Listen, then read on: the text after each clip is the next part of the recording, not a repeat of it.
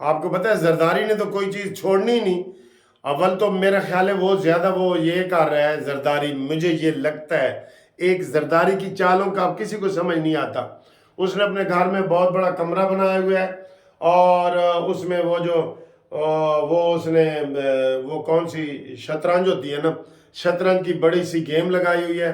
اس میں اس نے وہ رکھے ہوئے ہیں کہ اے جی بادشاہ چلے گا تو اے ہوئے گا، اے سپاہی ادھر چلے گا، اے کرنل جرنل ادھر چلے گا. اس نے وہاں سے وہ نا روز سیکھتا ہے، وہاں سے چلاتا ہے کہ میں ایم کیو ایم کو کیسے چلاؤں، اے گوٹی کس طرح چلنی ہے، نون علی گوٹی کس طرح چلنی ہے. اس نے نا وہ کرتا ہے. اب اس نے مجھے یہ لگتا ہے ایک میں چیز بتا رہا ہوں جو پہلے کسی نے آپ کو اب تک نہیں بتائی. زرداری چاہتا ہے کہ نون لیگ وزیر اعظم بن جائے نا تو باقی سارے عہدے مجھے دے دے، اور میں اتنا مطالبہ کروں کہ نون لیگ کہے کہ جناب تسی وزیر اعظم بن جاؤ تے باقی عہدے سانو دے دو.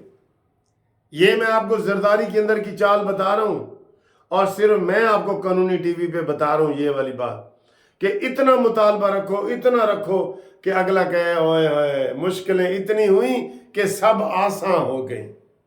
ٹھیک ہے، یہ ہے. تو آج پھر تیسرا اجلاس ہو رہا ہے جی، آج پھر ہو رہا ہے. رات کو تو یہ ہوا ہے نا، یہ فیصلہ نہیں ہوا ابھی نون لیگ کا. نون لیگ کے ارکان کی اکثریت کہتی ہے کہ وزیر اعظم کی کرسی کے قریب مت جاؤ. ابھی فائنل فیصلہ نہیں ہوا، آج پھر تیسرا ہے. میں نے رات کو بھی آپ کو تجویز دی ہے، آپ پھر دے رہا ہوں. آپ زرداری صاحب کو کہیں کہ آپ کو صرف ہم نے صدارت دینی ہے، بس. بلوچستان کی حکومت مولانا فضل الرحمان کو دیں اور مولانا فضل الرحمان کو ادھر 1-2 وزارتیں دے کے کابینہ میں شامل کریں. بس مولانا فضل الرحمان اور کچھ نہیں مانتا.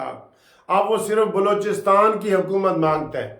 تبھی جو اس نے احتجاجی تحریک کا آغاز کیا ہے، حالانکہ اس کے ساتھ دھاندلی ہوئی ہے کے پی کے میں، اور انہی کے ساتھ انہی کو اپنا حال سنائیں، انہی سے بات چھپائیں، ہمیں کیا ہو گیا ہے.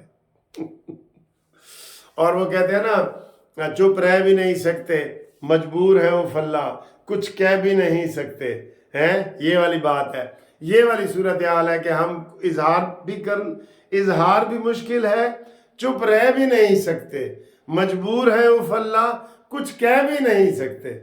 ہاں یہ صورتحال بنی ہوئی ہے ادھر. اچھا جی، اب یہ اجلاس تو یہ کر رہے ہیں، زرداری کو کہیں کہ بس بھائی ہم نے نہیں حکومت بنانی. پہلا موقف یہ رکھیں، ہم نے حکومت نہیں بنانی. آپ بنائیں، اکیلے بنائیں، ہمارا کوئی تعاون نہیں ہے، اکیلے بنائیں، تعاون بھی نہیں ہے. اس سے صورتحال بگڑ رہی ہے. میں آپ کو یہ بھی بات بتا دوں. اب دیکھیں سب سے زیادہ دھاندلی، سب سے بڑا سندھ میں یہ کالج اجتماع ہوا ہے جی ڈی اے کا، جو کہتے ہیں ادھر ٹھپے پہ ٹھپا. اور سچی سندھ میں تو اتنی دھاندلی ہوتی ہے کہ آپ میرپور خاص، لاڑکانہ، جیکب آباد ادھر اپنا نمائندہ بھیج ہی نہیں سکتے. وہاں کوئی پارٹی ہے ہی نہیں، نہ پی ٹی آئی ہے نہ نون لیگ ہے. وہ تو اپنی بالکل ہی مرضی کرتے ہیں. اس لیے ان کی جب آپ لسٹ ٹی وی پہ دیکھتے ہیں نا، حلقہ نمبر جی یہ شروع ہو جاتا ہے 180، 181، 182، 183.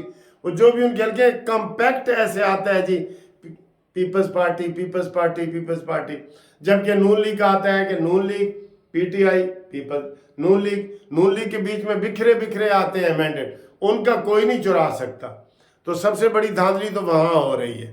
ٹھیک ہے، اب یہ زرداری کو کہیں کہ بھئی آپ نے صدر کی سیٹ لینی ہے تو لے، ورنہ جائیں ورنہ کک آؤٹ کریں. یہ مذاکرات میں پھنس جائیں گے. اب دوبارہ مذاکرات، بلکہ میں سمجھتا ہوں چلیں مذاکرات کریں لیکن موقف یہ اپنائیں. ٹھیک ہے، اب موقف یہ اپنائیں آپ زرداری کو کہ جناب اگر آپ نے کرنا ہے نا غیر مشروط طور پہ آئیں، بندے دا پتر بن کے اور آپ کو ہم صدر بنا دیتے ہیں بس، اور کوئی سیٹ نہیں ملے گی، اکثریت ہماری ہے.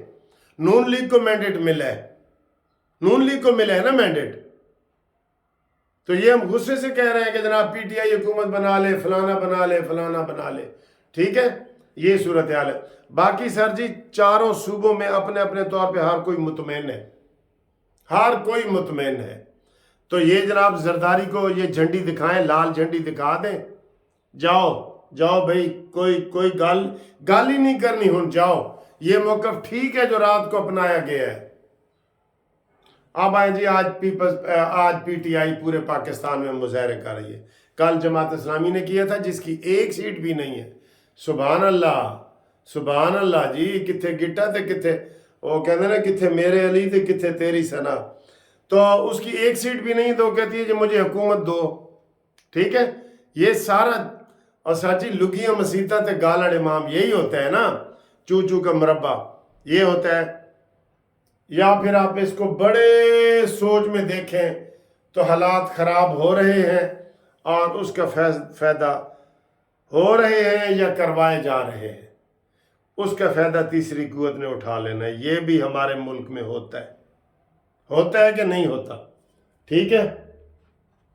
تو آج یہ احتجاج کر رہے ہیں، اور شاہد خاقان عباسی نے بڑی مزے کی بات کی ہے، کہتے ہیں گوگل بھی پریشان ہو گیا ہے کہ میں 45 فارم تے 47 فارم میں فرق کی میں کرا، وہ تے پتہ ہی نہیں لگ رہا کون جیتا ہے تے کون نہیں جیتا۔